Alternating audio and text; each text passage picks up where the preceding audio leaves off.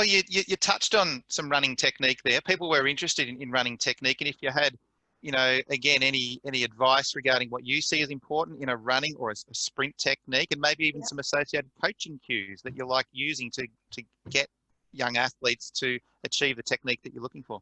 Yeah, the coaching cues are really interesting. There's so much research coming out now on coaching cues and the difference between internal and external cueing, and then even analogies, using analogies for young athletes. And with the cueing for me will be based on the age of the athlete again. So like if I've got a young athlete and I'm working on foot strike, so we'll talk about the importance of the ankle in terms of sprint performance. And Penny talked about dorsiflexion last week in the session, and the fact that if the athlete's foot is in a toe down position, and with a lot of the athletes that I work with, their coaches are constantly saying to them, get on your toes, get on your toes. I mean, track coaches don't do that. We're a little bit wiser than that. But the thing is that as soon as you're on your toes, you're in a plantar flex position and you're in a braking position. So your foot comes out in front and it actually grabs the ground out in front of the pelvis, which means that your force is driving you backwards. So you're overcoming a braking force on every step. As soon as you pull the toe back into a dorsiflexed position, which is where the toes pull back towards the shin, now the foot has the space to come underneath and hit under the pelvis and drive horizontal propulsion. So that's what we're looking for. But if the athlete's calf complex is so tight that they actually don't have the extensibility through the musculature to be able to pull the foot back, it doesn't matter how much cueing you give that athlete, they're not going to be able to get there because their body doesn't go there. So then what you need to do is you need to say, okay, well, in one of those microdosing sessions, we need to do some calf care complex work where we're going to lengthen the musculature of the calf complex. We might want to stiffen dorsiflexion position by doing some stiffness jumps and things like that. And we want to get the ankle complex into a position where it can now apply force to the ground and add that propulsive mechanism to the athlete.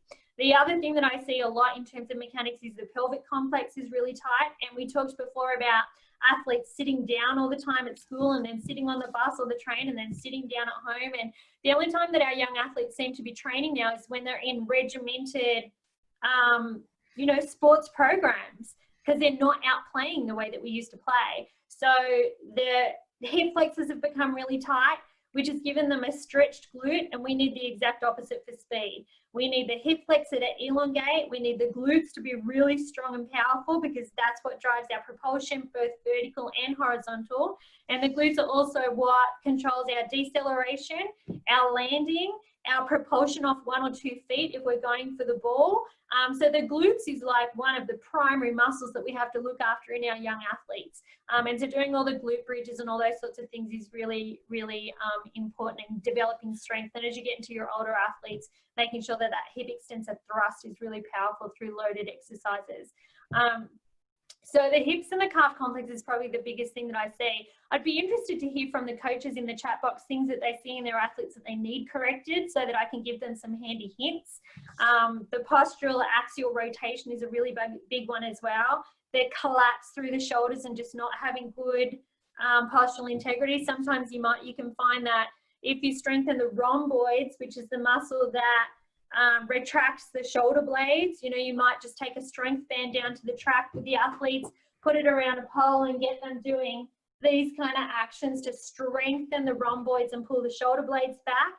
Now all of a sudden you've got them upright a little bit more, and that in itself then, if you can now add those forces to the ground, because speed is about accumulative forces hitting the foot and driving forward propulsion. So now you're already faster because you've strengthened a postural muscle, which allows you to add more force into the feet and into the track. I mean, there's so many things with technique.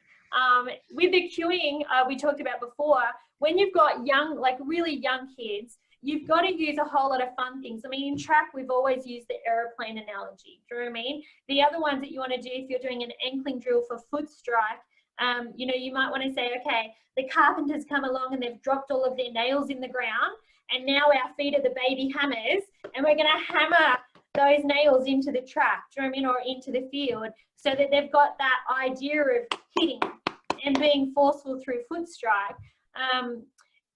There's just so many different things. Actually,